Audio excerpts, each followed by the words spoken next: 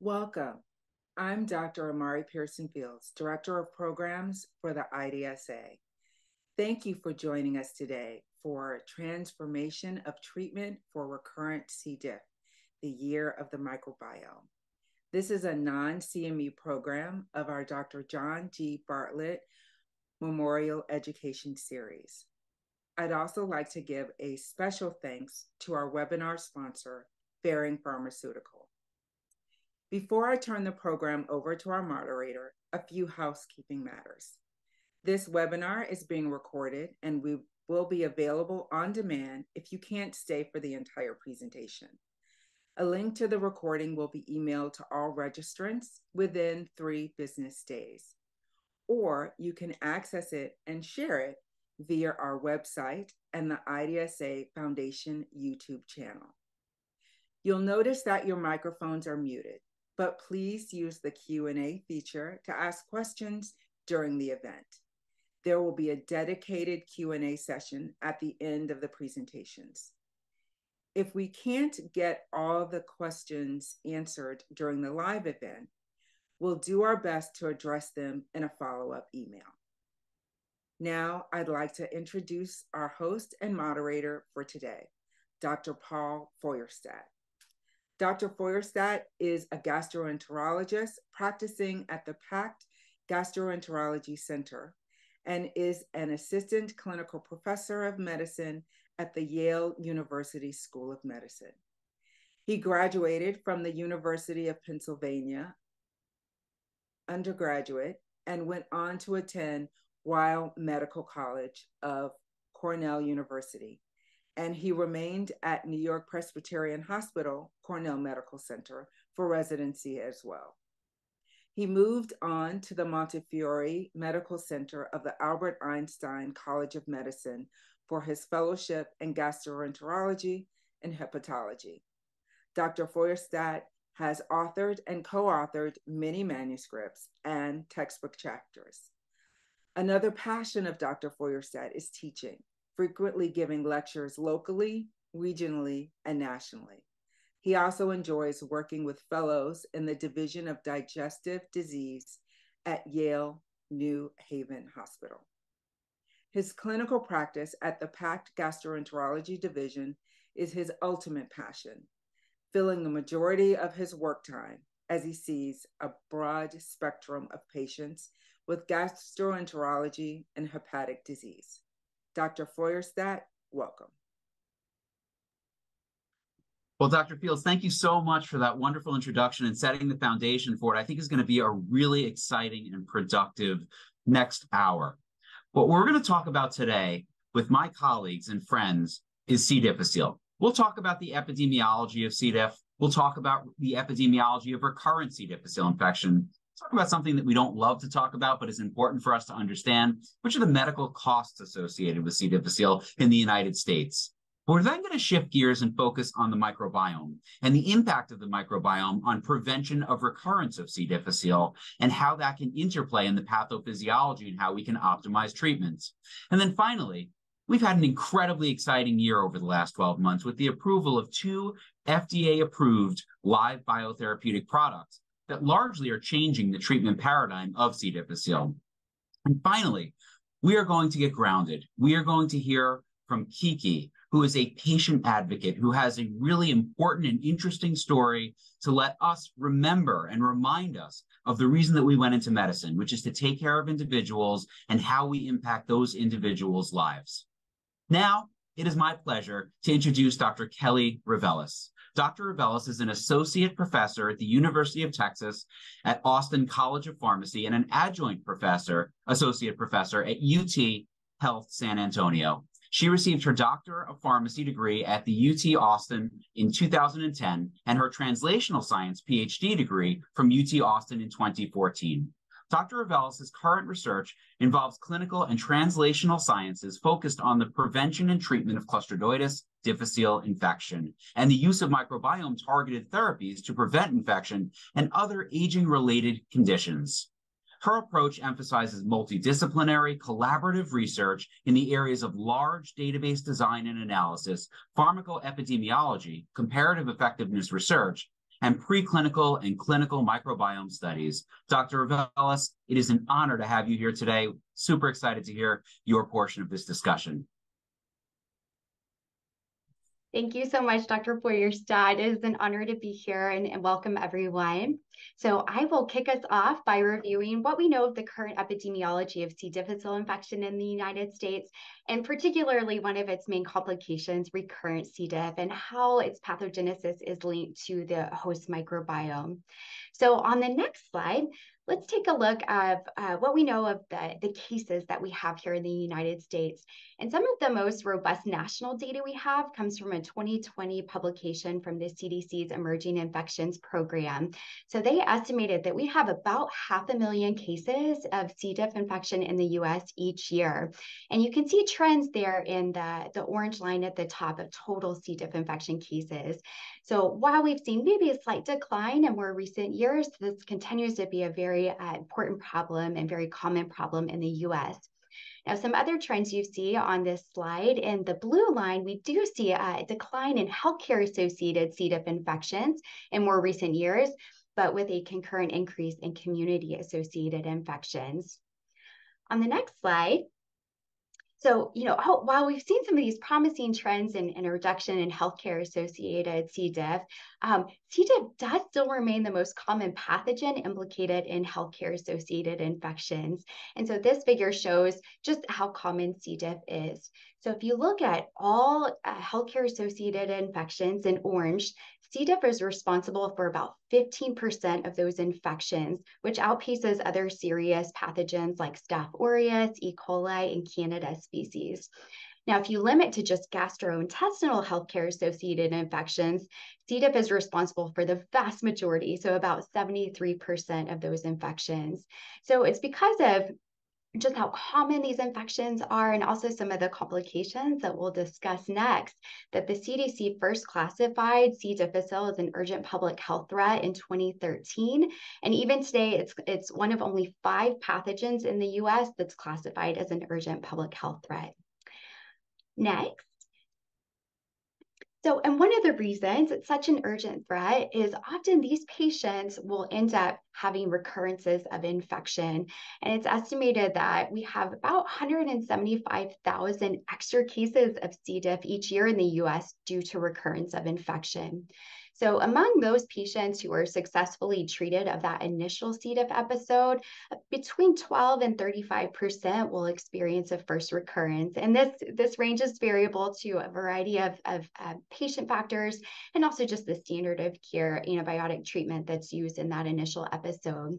But what's more problematic is of patients who experience one recurrence, their risk of subsequent recurrences is very high. So up to 65% of those patients will experience subsequent recurrences, and unfortunately often end up in this cycle where they experience C. difficile infections multiply over weeks to months to years. Next. So not only is recurrence common, but there's other complications that are common, not only in that initial episode, but tend to increase in frequency as patients experience recurrences. So on this side, this is actually some work by Dr. Feuerstadt that described 2 of our more serious complications associated with C. diff, sepsis and the need for surgical intervention with colectomy or ileostomy. So what this study found was that about 16.5% of patients who had that initial C. diff episode with no recurrence had a diagnosis of sepsis within 1 year of follow-up. Now, if you look out as a number of recurrences increase, that rate of sepsis increases substantially. So among those who had 3 or more recurrences, nearly half of those patients were diagnosed with sepsis, which of course can lead to all sorts of morbidity and potentially mortality. Now, while surgical intervention wasn't quite as common, we saw similar trends. So about 5% of patients that had that initial infection required surgery, but those that had 3 or more recurrences, that rate was nearly doubled. Next. Other complications are common as well and also tend to increase with the number of recurrences that patients experience. So patients may have persistent gastrointestinal symptoms like diarrhea, nausea, vomiting, abdominal pain, bloating, and oftentimes these can lead to dehydration and fatigue. C. diff can also complicate other medical comorbidities. Patients may experience things like acute kidney injury or exacerbation of their underlying chronic illnesses. And then just some of the most profound and impactful data to me is just the impact of C. diff on psychological and quality of life factors for patients. And Kiki is going to take us through some of that in the real life patient aspect, but I will point you to three of my favorite publications down there on the bottom that document not only the physical consequences of C. diff and recurrences, but also the psychological consequences like anxiety, depression, fear, and then also the impact of recurrent C. diff on quality of life and the ability of the patient to engage in activities of daily living. And then on the next slide, we'll look at some additional outcomes.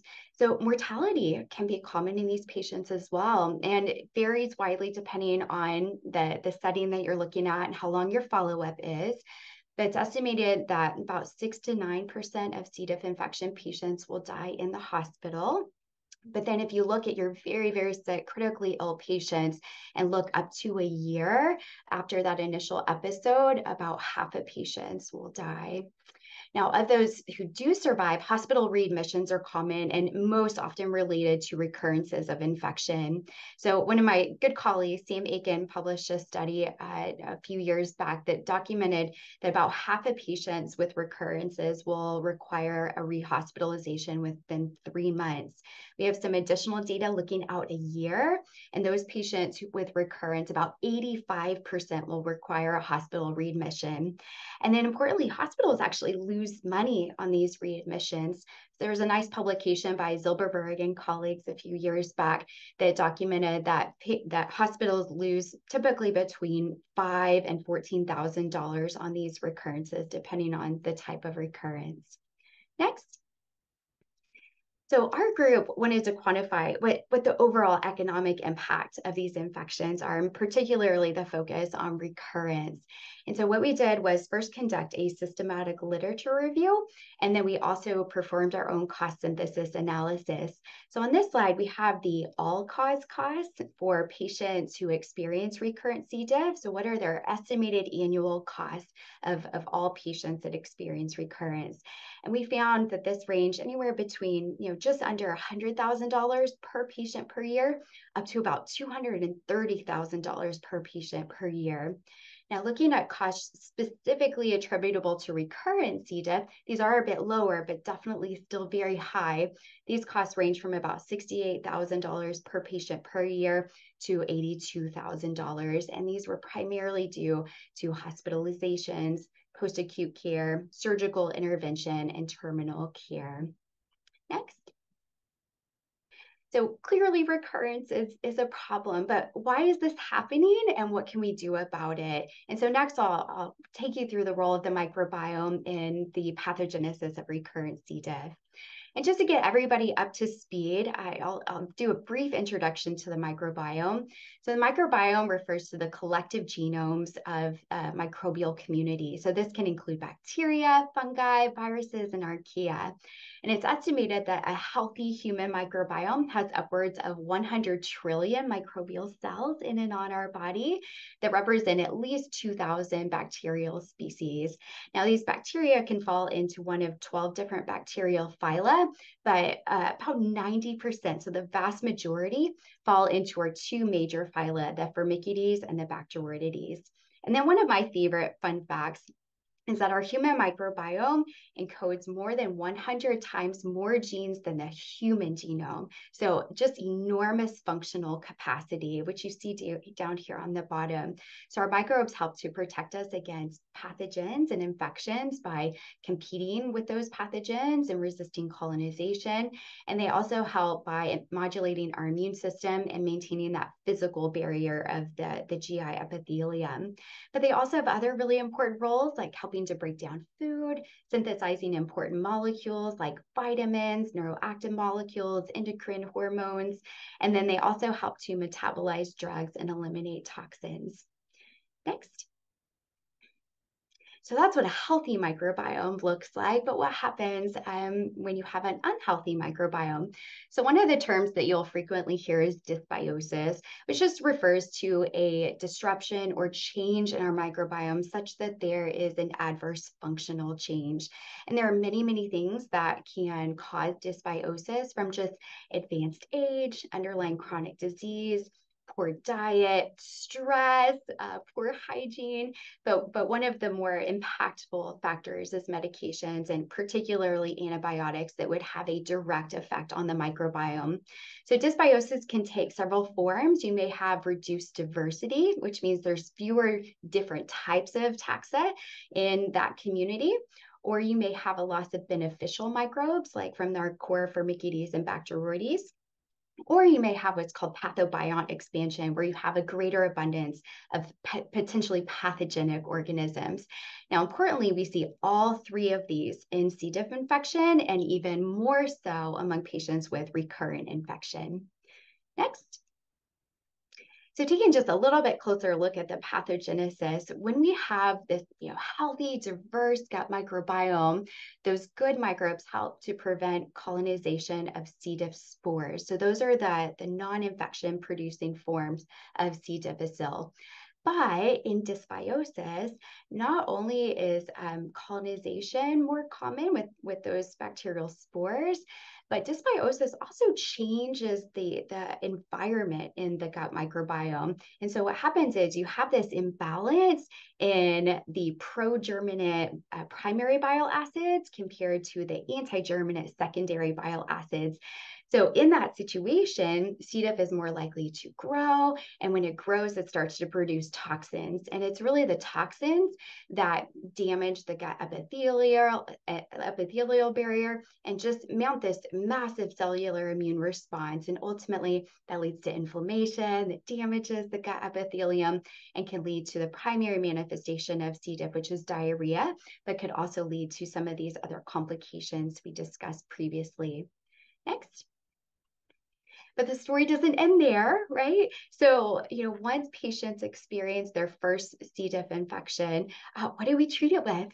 Antibiotics, right? This is a bacterial infection. And so those standard of care antibiotics that are helping to treat the C. diff infection continue to deplete our healthy gut microbes, or help prevent restoration of our normal healthy gut microbes. And that's how recurrence most often happens. And so at this point, the best way that we can help break this cycle of recurrence is to restore the healthy microbiome back to a diverse, rich state.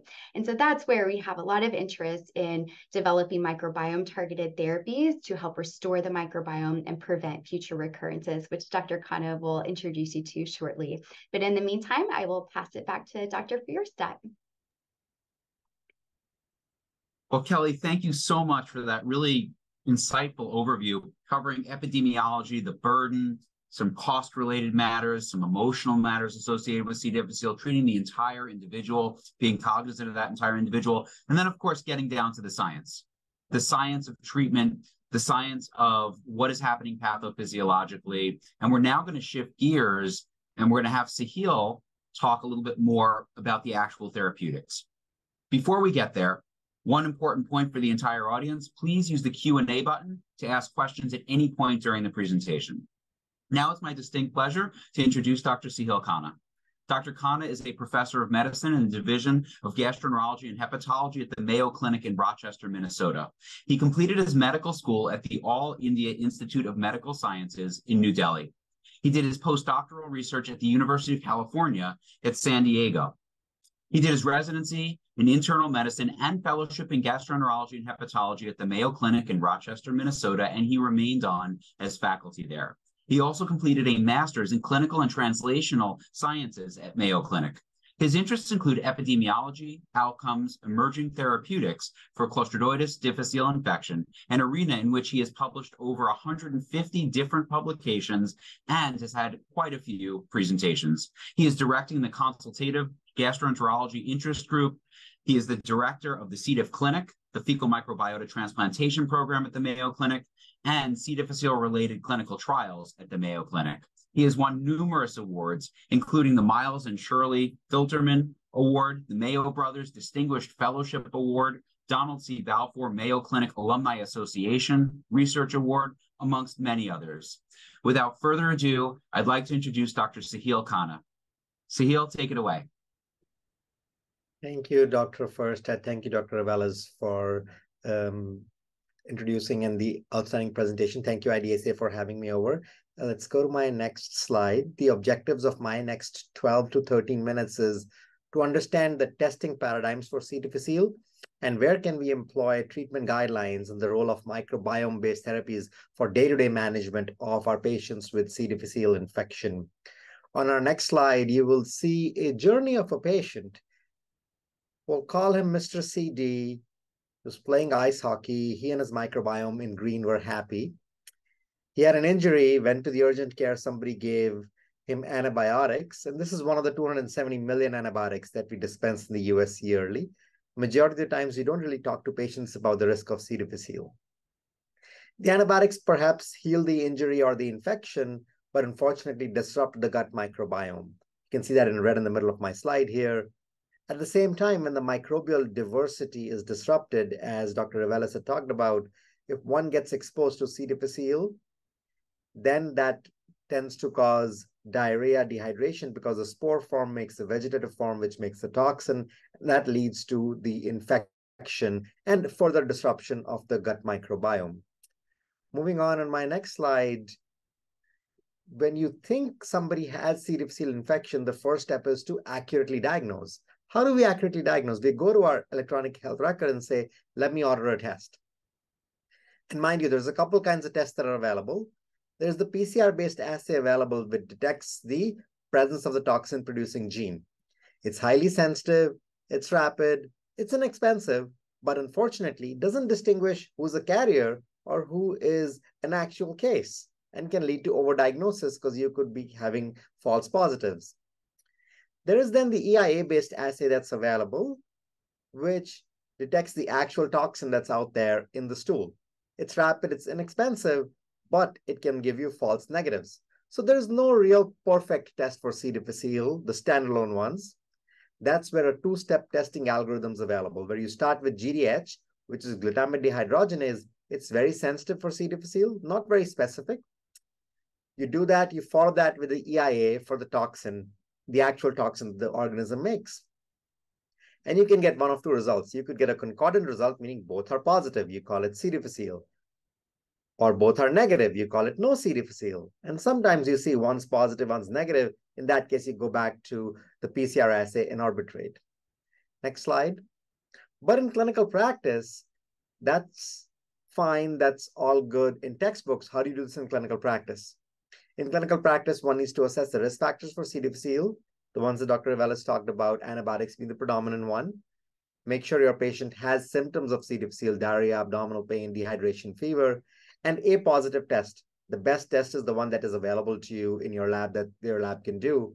And sometimes when somebody has multifactorial diarrhea, one can try to assess response to treatment, see, does this patient get better on fidaxomicin or vancomycin? And if they are, then they truly had C. difficile infection in the presence of all of the other factors. So it's a four-pronged approach: risk factors, symptoms, a positive test, and response to treatment. That's how you make a diagnosis of C. difficile infection.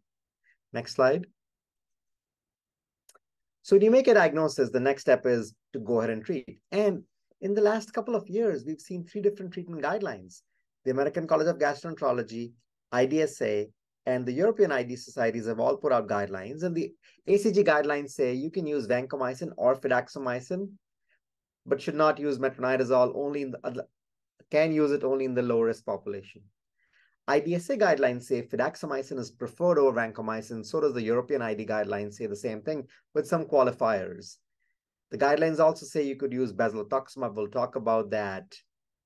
Moving on to our next slide. The reason why we say fidaxomicin is preferred over vancomycin is because it is a microbiome sparing antibiotic compared to vancomycin. So what does that do? that reduces your risk of recurrent infection. Recurrences are problematic, as we heard earlier. This slide demonstrates that the clinical cure for fidaxomicin and vancomycin is similar, meaning the same number of patients respond initially, but recurrence rates are 25% for vancomycin, about 15% for fidaxomicin. So that's about a 10% delta. It's good, but can you make it better? There was a very nice study that looked at an extended regimen of fidaxomicin. The usual regimen is 200 milligrams twice a day for 10 days. The extended regimen is 200 milligrams twice a day for 5 days, and then once every other day from day 7 through day 25. And this study showed that the risk of recurrence, even at 90 days, was less than 10%, demonstrating that it is a relatively microbiome-sparing antibiotic, but also has clinical implications in preventing recurrences. So that's where the IDSA says it's a preferred antibiotic for anybody with their first episode of C. difficile infection. Moving on to my next slide. As we heard earlier, some people get recurrences. The rate of recurrences are between 15 and 25% after the first episode. Here, the American College of Gastroenterology, or the ACG guidelines, say you could use fidaxomicin or vancomycin taper pulse. The IDSA prefers fidaxomicin again because of its superior properties. So does the European ID guidelines. And they both say, perhaps for the first recurrence, if you're using fidaxomicin, use an extended regimen. Vanco taper pulse is also advised, but the data behind Vanco taper pulse are really small. There's no randomized control data that's out there, but we all use it. We taper it down to once a day, then do it for every other day for some time, then every third day, hoping the patients don't get a recurrence. And at this stage, a lot of our patients, barring the presence of heart failure, would be a candidate for an antibody known as bezlotoxumab. Next slide. So what's bezlotoxumab? This is a monoclonal antibody that binds against the toxin B that C. difficile makes. These are data from a randomized clinical trial where bezlotoxumab was used in addition to antibiotics and compared to placebo. And we can see that there was a statistically significant difference between bezlo and placebo, difference of about 10%. But moving on, there are some risk factors where bezlotoxumab is better than placebo, which is age over 65, history of C. difficile, immunocompromised status, severe C. difficile. So if your patient is one of these risk factors, that patient will benefit from bezlotoxumab in addition to antibiotics, just standard of care. Next slide. So how have we treated our patient? The first episode was managed with vancomycin, did not restore the microbiome. Second episode, he got vancomycin, taper pulse, and bezlo. Again, did not restore the microbiome. And for the third episode, we're like, okay, you know what? Let's forget everything else. Let's try to restore the microbiome with fecal transplantation. Next slide. That's where you'll see all the guidelines are together. All the guidelines now say, the GI and the ID guidelines, that you should think about restoring the microbiome with fecal transplantation after you've treated C. difficile with antibiotics. Next slide. So what are the data behind fecal transplantation at this time? It's been shown to have an efficacy over 85% to prevent recurrences. It's better than oral vancomycin alone. You can use fresh stool or freeze-thawed stool. The efficacy is similar. There's not a lot of donor effect on the efficacy, but we still need donor screening standardization in our literature. There's some newer adverse events that have been reported. The FDA guidance was finalized, and then we now have 2 standardized therapies that are approved and several others are in clinical development. Next slide. What are the data behind fecal transplantation? This is one of my favorite randomized clinical trials that demonstrates that getting your own stool back doesn't work as getting donor stool back. This was done by a colonoscopy, and the overall cure rates were over 90% for donor FMT compared to about 60% for autologous FMT, or getting your own stool back. And when you look at the slide, you look at the New York arm and you say, what's going on? Both the arms had similar efficacy, so you could get your own stool back in New York and not get C. difficile again. The problem here was diagnostics. A lot of people either had cured C. difficile or never had C. difficile, and that's where it's very important to diagnose your patient appropriately. Otherwise, a trial could potentially become negative. Next slide. We've done fecal transplantation for about a decade and a half, but you have to include donors and then exclude them for many diseases that cause altered microbiome: obesity, IBS, IBD, neuropsychiatric illnesses, and the list is very long. Stool infections, including bacterial and viral and parasitic infections, need to be ruled out. Blood infections need to be ruled out. SARS-CoV-2 needs to be ruled out. And when you do all of this, more than 95% of our population is not eligible to be a stool donor. And more recently, there have been cases of ESBL E. coli bacteremia. One person died. Some sugar toxin producing E. coli has been reported. And then the FDA says you need to screen for all of this. You need to screen for monkeypox. The list goes on and on and on. And with all of that, FMT remains a very heterogeneous practice in terms of donor screening, stool processing, administration, and follow-up. Next slide. And there is a lot of unmet need in the treatment paradigm. We're treating with antibiotics for Bezlo the first episode. Maybe do that again. Maybe use Bezlo this time, not use the first time. And you're not restoring the microbiome. And fecal transplantation is currently not available. So moving on to my next slide, there is a need for standardization of microbiome restoration therapies. Standardization in terms of manufacturing and administration. These should be manufactured in GMP facilities, very different from FMT, how it's been done over the years. Manufacturing processes, including donor screening, recruitment, preparation, donor testing, stool handling, stool inventory, tracing the recipient back to the donor, all needs to be standardized. And then patient preparation and administration needs to be standardized. So with all of that, I'm going to present data from the phase 3 trial of RBX2660. That's the former name. Now it's known as Fecal Microbiota Live, JSLM, also known as Rebiota or RBL. This is the enema-based product where 50 grams of donor stool are diluted in 150 cc's of a diluent, and data from randomized clinical trials demonstrate a 70.6% cure rate with the active product compared to 57.5% in placebo, done in a Bayesian analysis, demonstrating a 98.6% probability of superiority, meaning that the difference is clinically significant and statistically significant. With these data, on the next slide, we'll see that this has been FDA approved. This was the first approved therapeutic. It's called Fecal Microbiota Live, JSLM, or Rebiota as the trade name, approved in November 2022. It's a one-time in-office rectal administration that's done after antibiotics are complete. Patients do not need a colonoscopy, sedation, or bowel preparation, and it's done in an office-based setting, and it's usually given 24 to 72 hours after antibiotics are completed for C. difficile. So that's one product. It's out there. It's able to be prescribed. You can do it today if you'd like to. Next slide. This product not only demonstrates that your C. difficile recurrence rates are lower, but also the quality of life data. These are data from the CD32 quality of life scores that say that people who got RBX2660 had higher quality of life compared to people who got placebo. Next slide. Story doesn't end here. We now have products that are inactivating or excluding pathogens. So the SER-109 is a product that has 50 species of Firmicutes spores. It's donor stool treated with ethanol. It's an oral capsule. It's done that people can do that at home, but they have to do a bowel prep. These are data from randomized double-blinded phase 3 clinical trial that demonstrated a statistically significant difference of 88.9% compared to 58.7% in the phase 3 studies. And that led to its FDA approval. Before we get to that, I do want to have a plug-in for V303, which has completed a phase 2 study. Now, this is donor independent, does not require donor stool. 8 bacterial species were studied, given an oral capsule form, and we're awaiting a phase 3 study from this product at this time. Moving on, for SER-109 on my next slide, this is also FDA approved. The trade name is VOWST, and the generic name is Fecal Microbiota Spores Live, BPRK. This was approved April 2023. It's oral administration after a bowel preparation, done at home, administered 2 to 4 days after antibiotics for C. difficile. Next slide.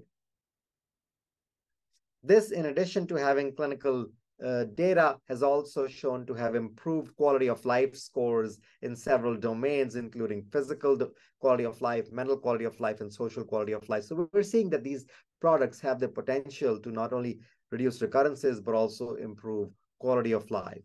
Next slide. So how far have we come? We now have products that are FDA approved as marked in green. RBL is the short name for Rebiota. VOS is the short name for VOWST. These are both FDA approved for not only 3 episodes, but also 2 episodes, as these clinical trials, both some in the blinded phase and some in the open label phase, included people with 2 episodes of C. difficile infection. So we're moving the treatment paradigm earlier in the course. And hopefully in the near future, we will be able to perhaps use some of these for the first episode, but we shall see. So moving on to my next and my final slide, as we've heard today, microbiome alterations are the key to pathogenesis of C. difficile infection. To treat initial C. difficile infection, you can use fidaxomicin preferably over vancomycin, but not metronidazole. For recurrent infection, options are fidaxomicin, vanco taper pulse perhaps, basilotocumab can be added on, and then microbiota restoration is the key to managing recurrent C. difficile infection. FMT is safe, it's effective, but has many, many challenges. And that's where two microbiota-based therapies named RBX2660 or ACR109 have both been approved by the FDA, and several others are in clinical trial. With that, Paul, back to you. Well, Sahil, thank you. So we've covered a lot of information so far today. We had Kelly talk to us about epidemiology. She then spoke to us about pathophysiology. Sahil then took the mantle and spoke to us about diagnostics, antimicrobials, microbiota restoration therapy, and the new live biotherapeutic products. But what we've heard repeatedly throughout all of this is health-related quality of life. How does this impact the patient? As a provider who sees patients all the time, my goal is not to treat a disease or an infection, it's to treat that entire individual. And now we're going to hear from one of those individuals. I'd like to take the opportunity to introduce Kiki Buckley, our patient advocate. Kiki is a C. diff survivor and was the recipient of the Peggy Lillis Foundation 2022 Advocate Award. She is a member of Peggy Lillis Foundation's Advocates Council and has participated in the Peggy Lillis Foundation C. diff Lobby Day in Washington, D.C. She is also a co-author of the Peggy Lillis Foundation's Nutrition and Lifestyle Guide. She has spoken at various conferences, including the World AMR Congress, MAD-ID Conference, and has blogged about her personal battle with C. diff and sepsis. She also had the privilege of speaking about her experiences at 2 different FDA hearings. Kiki is passionate about her experience and making the world understand what she went through. She wants to educate others about the dangers of antibiotic overuse, about the importance of a healthy gut microbiome, and to most importantly ensure the needs of C. diff sufferers are heard. Kiki, thank you so much for being here. Thank you, and good afternoon, everyone. My story starts decades ago. As a child, I had a lot of sick days where I stayed home from school and laid on the sofa watching the Brady Bunch. I was on antibiotics 5 or more times every single year. I was conditioned to believe that antibiotics were like this magic pill that would quickly take care of any illness. And so as an adult, at the slightest sign of a cough or a cold, I'd beeline it to my doctor and ask for a prescription. So fast forward to September of 2019, when my doctor prescribed a 10-day course of Levaquin for a sinus infection. The next week, I had a routine colonoscopy screening that took place in a hospital. And the week after my colonoscopy, I saw my gastroenterologist, and I mentioned that my diarrhea from the colonoscopy prep hadn't stopped and that I had horrendous gut pain. She ordered a fecal test, and the next day phoned to tell me that she had called in a prescription for me because I tested positive for something called C. diff, something I had never heard of, and a diagnosis of which I didn't grasp the severity, especially when I asked her what it was, and her response was, Google it. I was horrified to read that C. diff is a deadly antibiotic-resistant superbug. And in a nutshell, C. diff, as you've heard, C. diff toxins damage the lining of your colon, causing dangerous swelling, extreme abdominal pain, fever, diarrhea, and vomiting. Because C. diff is super contagious, I kicked my husband out of the bedroom, and I wore vinyl gloves when I was in the common areas of the house. I washed my hands constantly with soap and water because hand sanitizer does not kill C. diff. And when I used the bathroom or touched anything, I cleaned with bleach because antiseptic wipes don't kill C. diff spores. I started a 10-day course of vancomycin, and I was afraid to leave the house because I was having diarrhea 7 or more times a day. 5 days after I finished the first round of antibiotics, I relapsed, and it was worse this time. I had a really bad abdominal pain. I was nauseous, and I completely lost my appetite. Towards the end of my second course of vancomycin, I had a morning where I actually felt good enough to leave the house and do some errands. But when I returned home, I took a very sudden turn for the worse. And over the next hour, I vomited 5 or 6 times in addition to having diarrhea. I was literally just laying on the bathroom floor in between episodes because I didn't have the strength to stand up. I was delirious with fever, and I was in the most pain that I've ever felt, literally moaning with every breath. If you could show the next slide, please. My husband at that point rushed me to the hospital where I was admitted with sepsis, and I spent the next week in isolation. There was a big red stop sign outside of my door that warned people about entering. And if they did come in, they had to wear a paper gown and gloves to protect themselves. I don't remember much of that hospital stay. I was on high doses of metronidazole, vancomycin, and fidaxomicin, as well as a host of other medications. My face and my limbs swelled. I had trouble breathing. I felt like I had a weight on my chest. I had blurred vision, brain fog, and a vaginal yeast infection and thrush that made my tongue look like a lion's mane and made it difficult to talk. I was begging my doctors for a fecal microbiota transplant, which is when stool from a healthy donor is transplanted into a sick patient's gut in an attempt to treat recurrent C. diff. I was told, unfortunately, that I wasn't eligible, even though I wasn't improving, despite being on 3 different antibiotics at the same time.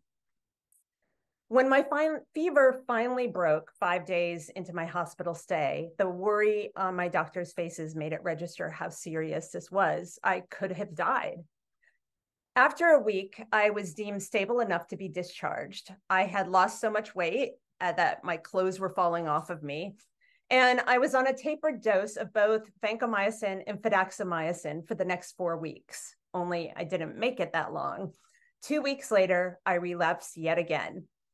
I went to see my infectious disease doctor, armed with articles and clinical studies about fecal transplants. Now, at this point, we were so desperate that my husband and I decided that if I wasn't given approval, we were going to resort to a home-brewed fecal transplant using a blender, some saline, a turkey baster, and my husband as stool donor.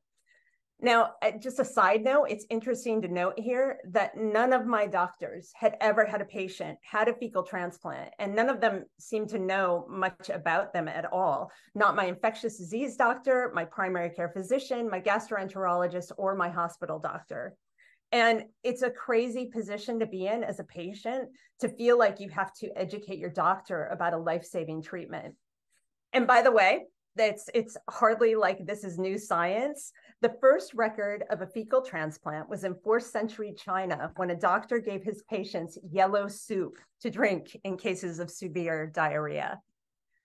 Well, thankfully, we didn't need to resort to a do-it-yourself procedure. The fecal transplant was a miracle, and it instantly cured me by restoring a healthy gut microbiome. And without one, I don't think that I'd be here speaking to you today. A few weeks later, a nurse came to my house, and I was given an hour-long infusion of bezlotoxumab, which you just heard is a human monoclonal antibody designed to prevent recurrence of C. diff.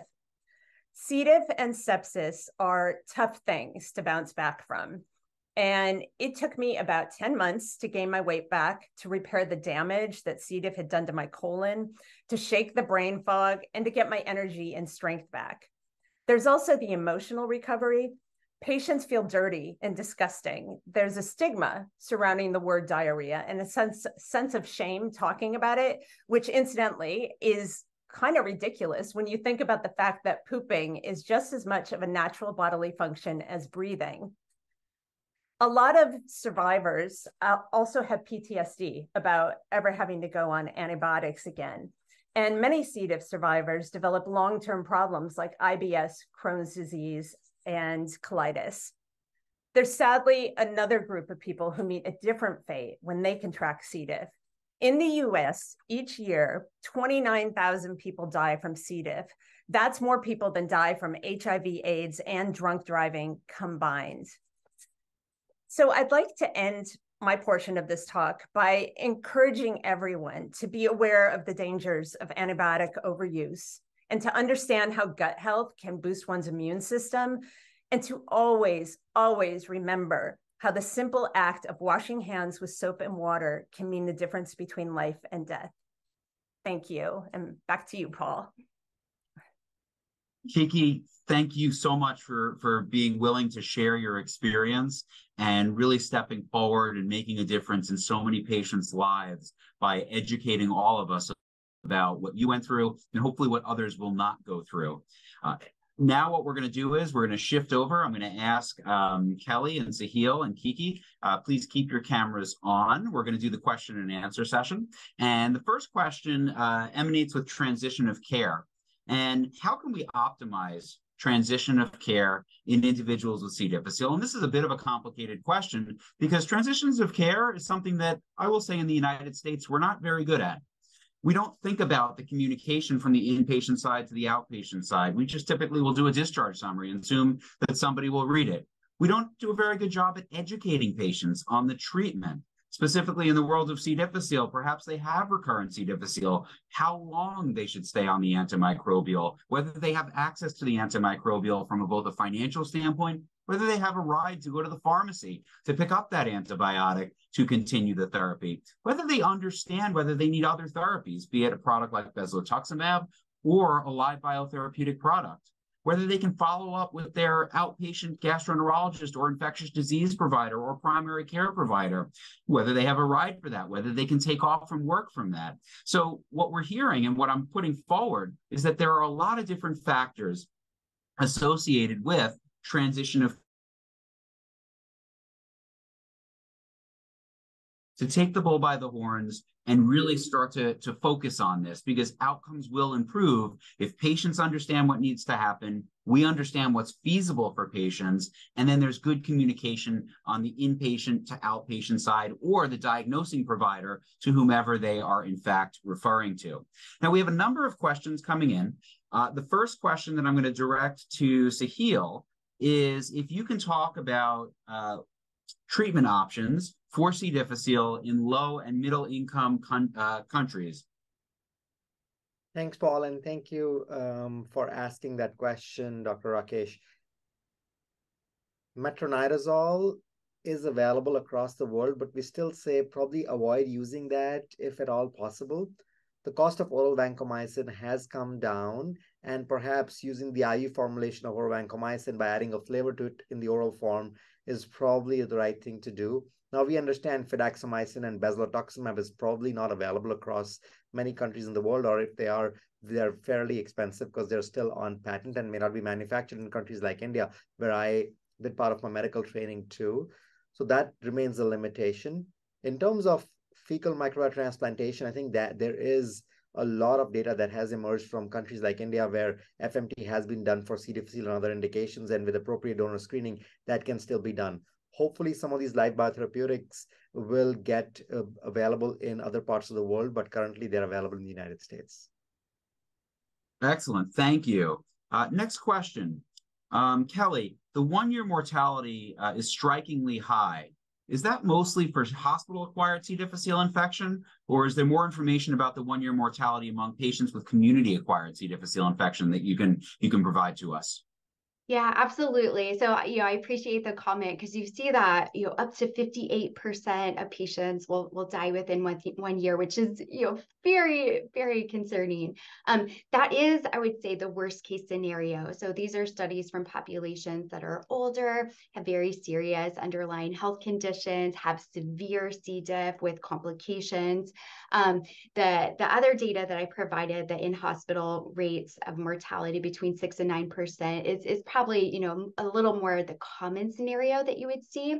There are some data available comparing hospital-acquired versus community-associated C. diff, and you definitely see a very big difference in mortality there, especially the study by Gu and colleagues that use the CDC data.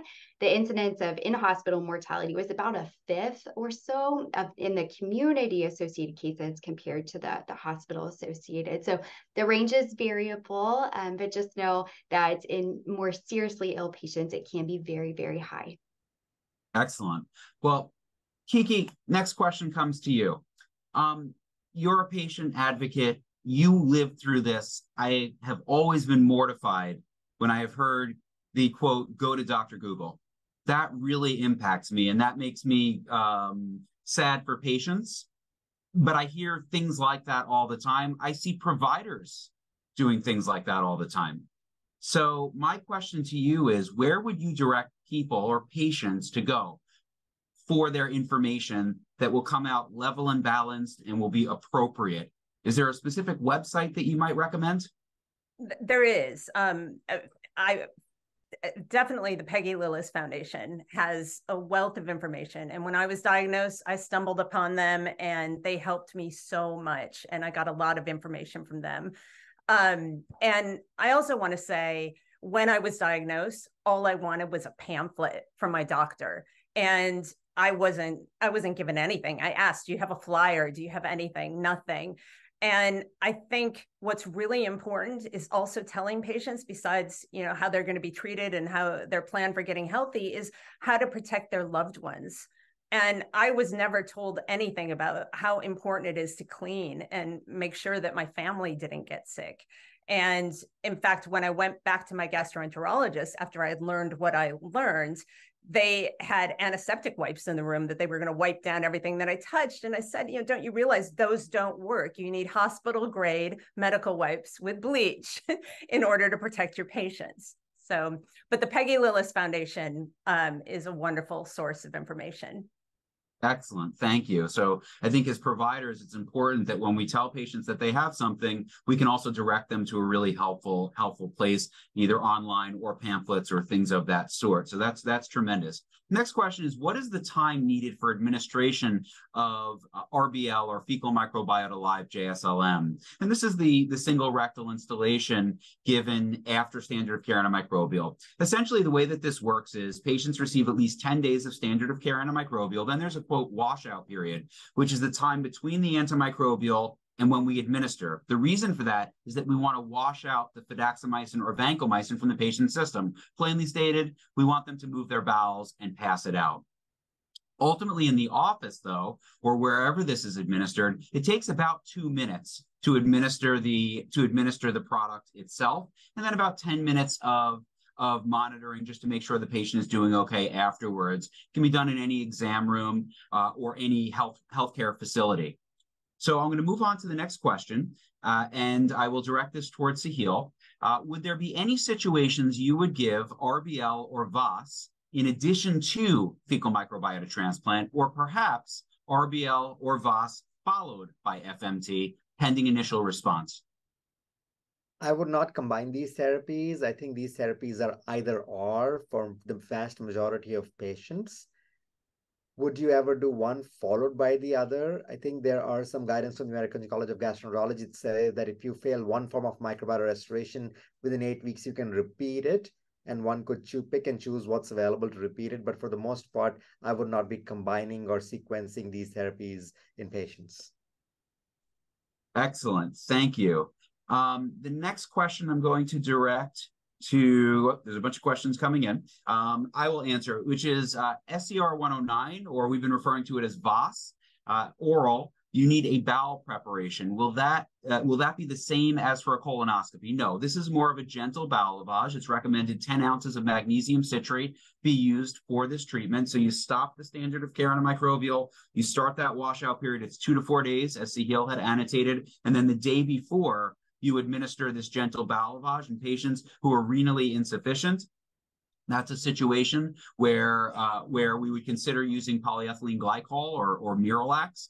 And then the next day on an empty stomach, we administer this product. It's 4 capsules daily for 3 days after that standard of care. The next question that came in is, and I'm going to direct this to Kelly. Please advise us on an algorithm for your treatment of recurrent C. difficile with oral vancomycin or fidaxomicin taper versus bezlotuximab versus FMT versus rectal microbiota restoration versus oral. So I think really what this is, and this might be useful, I think, for all three of us to answer. Kelly, I'm going to let you kick it off. What is your treatment algorithm for C. diff? And then I'll have Sahil answer, and then I'll answer. Yeah, absolutely. So a lot of options there, right? For a first recurrence of C. diff, fidaxomicin would still be my preferred agent there. Again, just for the microbiome sparing effects, you're more likely to help allow the normal healthy microbes to restore and prevent future recurrences. That being said, some of the best data in terms of lowest recurrence rates that we've seen are with the pulse regimen of fidaxomicin. So I think on that first recurrence, that would be my my first go-to for the standard of care antibiotic. Now, the most recent C. diff clinical practice guidelines were put out before we had the live biotherapeutic product. So, they currently recommend fecal transplants on the second or future recurrences. However, the LBPs, we now have some great data on first recurrence. So I think if the resources and access are there, I would go ahead and use a pulse regimen of fidaxomicin plus an LBP on that first recurrence. And then if you have all the money in the world, I'd also add bezlotoxumab at that point. Excellent. Sahil, what are your thoughts? I'm actually going to concur with Kelly in the interest of time and say my algorithm is the same. And my algorithm is very similar, which is essentially I look at risk factors for recurrence. If there's less than 2, I start with Vanco with initial. More than 2, I start with Fidaxo. And then integrating bezlotoxumab and live biotherapeutic products is right along the same line. So I think that we are certainly in harmony there. Now, the next question I'm going to direct at Kiki. Kiki, you had your situation a couple of years ago. What are your thoughts and feelings about the live biotherapeutic products in terms of accessibility, but also in terms of transfer of information and availability more broadly? I'm really excited about them. It was so hard for me to get a fecal transplant, and I was one of the patients that spoke at the FDA hearings to get the first biotherapeutic Rebiota approved. And there were other patients that I knew, and we were all sending text messages back and forth, like sobbing on the other line when we found out that it was approved. Like, it was just, it's such an advancement. I think so many lives are going to be saved. And I think it's a lot easier for patients to stomach the idea of getting that than to go through a colonoscopy prep and get a full colonoscopy. So excellent. So you think it's more realistic and it's quote unquote easier? Easier. You can just go to your doctor's office and have it done there, or get your Vous pills and do it at home. Like, it's so much easier. Good. Well, yeah. You've helped really break through those barriers, and we're appreciative to you.